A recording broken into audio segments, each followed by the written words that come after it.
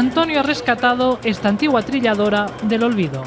Desgrana el grano, saca el grano de la paja la tira por un tubo trasero, que se hacían montones en las eras, y el trigo va a parar a unos sacos que se quitaban a mano, por supuesto. Una máquina que supuso un avance tecnológico muy importante en los años 60. Hoy se expone junto a varias decenas de tractores que son historia de la mecanización del campo. Pasamos de los machos o de las caballerías al tractor, fue un cambio enorme. Pero sin embargo, cuando se pasó al tractor, enseguida fue evolucionando para bien y se fueron comprando tractores más grandes. Este tractor Forson, de fabricación inglesa de 1956, es uno de los tractores más antiguos de esta muestra. Esta máquina agrícola pronto contó con su versión de fabricación española a partir de los años 60 bajo el nombre comercial de Ebro.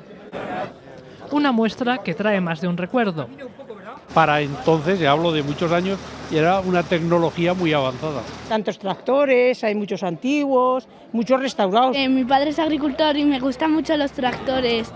Celadas celebra la segunda concentración de tractores antiguos en la que muchos han vuelto a poner en marcha sus pistones.